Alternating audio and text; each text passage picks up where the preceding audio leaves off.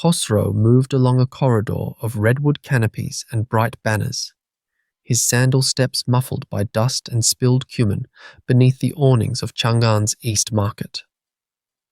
Morning light dappled the crates of Persian silks he carried, fabric with deep azure lines, river by hands like his. Next to his stall, a Jade merchant set up weighing stones, grumbling about officials. But Khosrow's eyes lingered on the trays of cardamom and myrrh. He inhaled the clatter and voices, the living map of Asia moving past. Uyghur horsemen, Indian monks, Tang scribes fingering coins. A familiar voice slipped through the aromas, speaking low in Sogdian. "You trade well for a Nestorian." It was Qian Xiansheng, who always made a point to mention the cross they say Nestorians keep hidden. Khosrow dipped his head, answering in careful Chinese. "Spices for harmony, friend." But Qian's smile was thin. "Be wise. Word is, the Chancellor wants new rules for foreign prayers."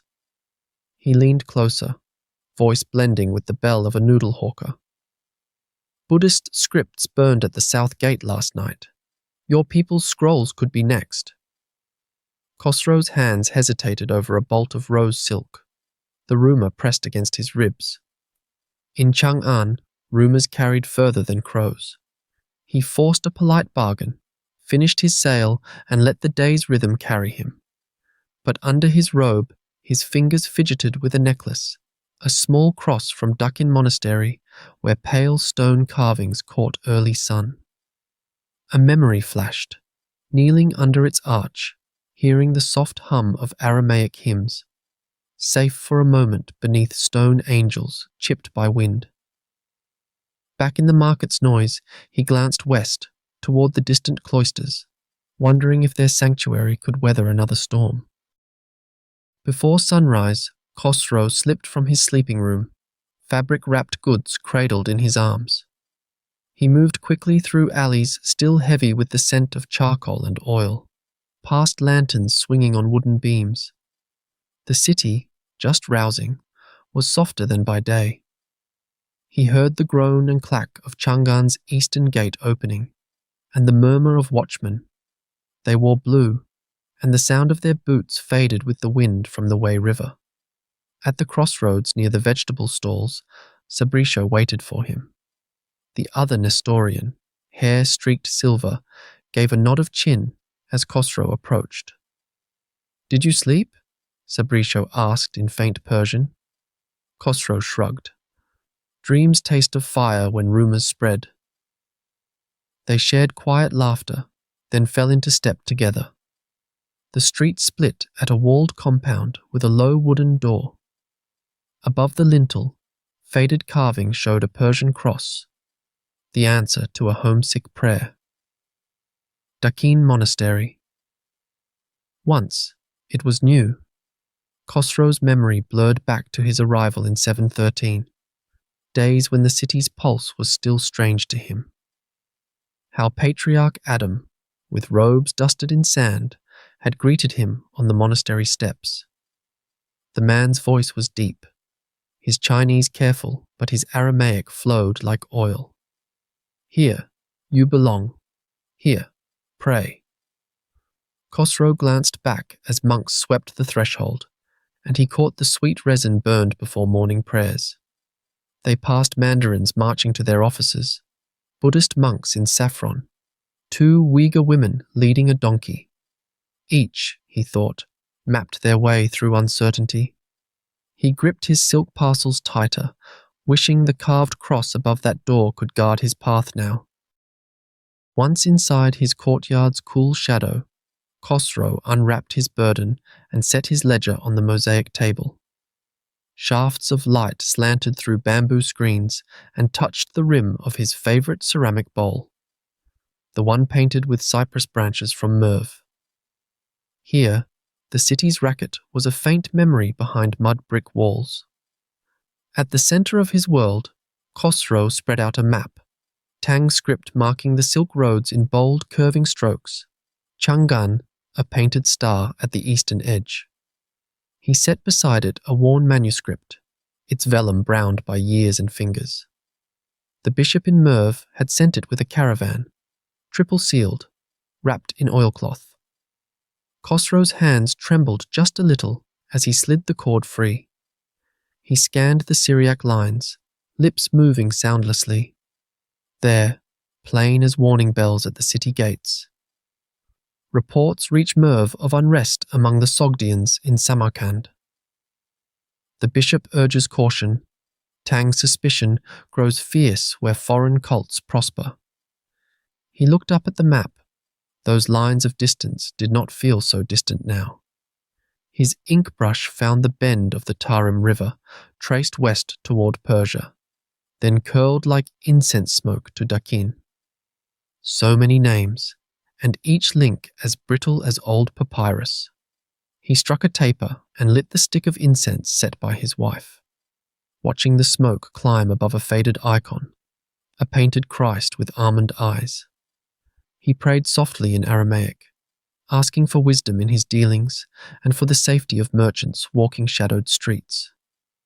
The script and the map both waited for his decision, their edges curling toward the coming day. The tap at the outer gate came just after sunrise, sharp and official, nothing like the soft knock of a neighbor.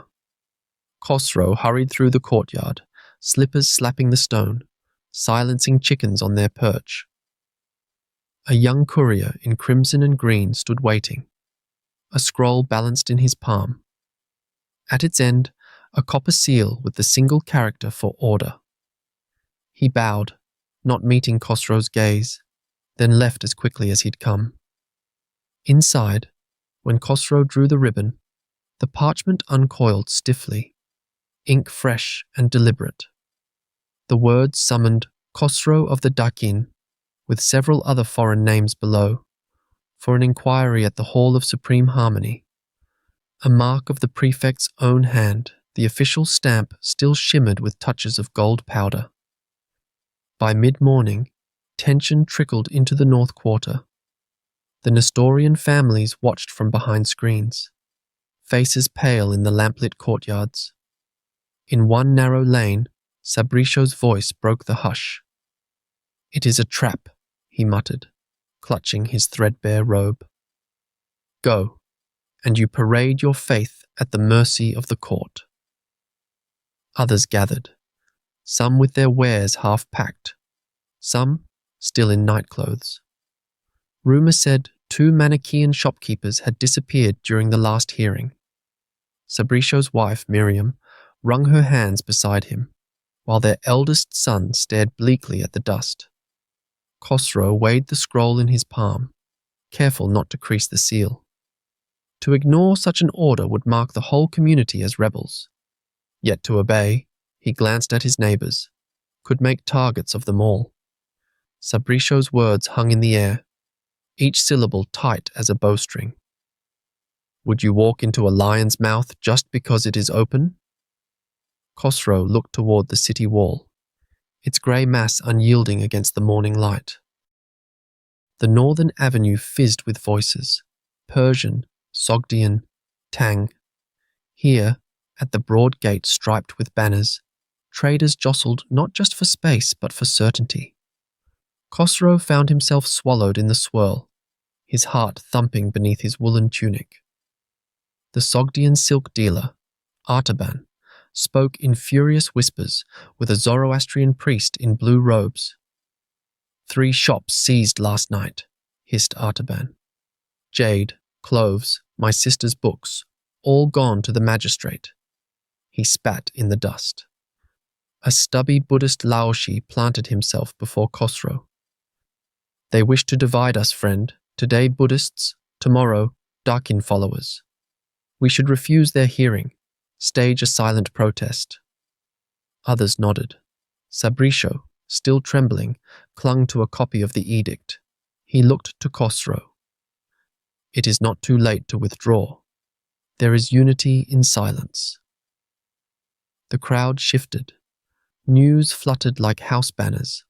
Officers had raided a Sogdian warehouse, confiscating all records written in Aramaic and Bactrian. Khosrow's eyes caught the glimpse of a gold ring on his own hand, its faint etching of a Syriac psalm nearly rubbed smooth over years of scores and trade. He turned it slowly with his thumb, recalling how it was forged in Merv at his mother's wedding. Should he cling to caution, keeping his shop, his family, behind closed doors, or risk everything by joining the loudest voices at the north gate? The guards watched with narrowed eyes, halberds gleaming in the sun. Khosrow fixed his gaze on the city's distant pagodas, steadying his breath. Beneath the rumble, a certainty grew. Silence could be survival, but it might also be surrender. He stepped forward, his mind coiled tight around the day's sharp choices. The hall of supreme harmony splashed gold and vermilion across Khosrow's eyes as he entered, trailing incense and court dust. Rows of officials watched behind lacquered screens. Beside him stood Buddhists in saffron, Manichaeans with delicate veils, and a handful of nervous Zoroastrian merchants. The Nestorian contingent huddled at the margin, faces grave, the bishop's cross barely showing beneath travel-stained cloaks. Chancellor Yuen Rong presided from a platform above, sleeves cascading like river water. Khosrow scarcely breathed as accusations unfurled, whispers of foreign uprisings, secret gatherings, unrest pulsing through the trade quarters. When a senior official spat the name Samarkand, Khosrow's stomach clenched. He heard how Sogdian traders fueled suspicion toward all Western faiths, how even the finest nests might conceal hidden sparks. Yuen Rong's voice, calm as a temple bell, recalled the imperial edict of 713. The emperor's will is clear. All respectful foreign faiths may practice, but seditious gatherings will not be tolerated. Khosrow's mind flashed to the script from Merv, the very words that warned of the tongue's change in mood. Then, from the Nestorian side, a monk of Dakin stepped forward. His accent was thick, his back iron straight. Great Chancellor, our loyalty to the Son of Heaven is true. Judge us by our deeds, by our coin paid in tax, our prayers for the Emperor, not by fearmongers from far outposts. His voice trembled but held. Buddhists and Manichaeans exchanged glances. Officials scribbled hurried notes. Khosrow sensed, for a moment, the thin ice beneath all their feet. The debate spun on, judgments balancing, but outcomes as murky as river silt. Shutters clapped shut in Khosrow's path as he hurried down the West Market lane, where smoke from the candlemakers usually mingled with cumin and sandalwood. Blue-robed city guards now stalked in silent files. He glimpsed Tamshapur, the Sogdian silk seller, pretending to fuss with bolts of brocade, but his wary eyes followed the squadron of officers as they halted at a nearby incense merchant's stall. Then a command, short, clipped, unmistakable. The storefront was thrown open.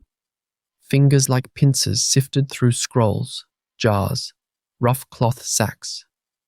Khosrow watched as a young officer lifted a leather-bound Nestorian Bible from beneath a heap of medicinal herbs. The gold cross on its cover flashed in the late sun.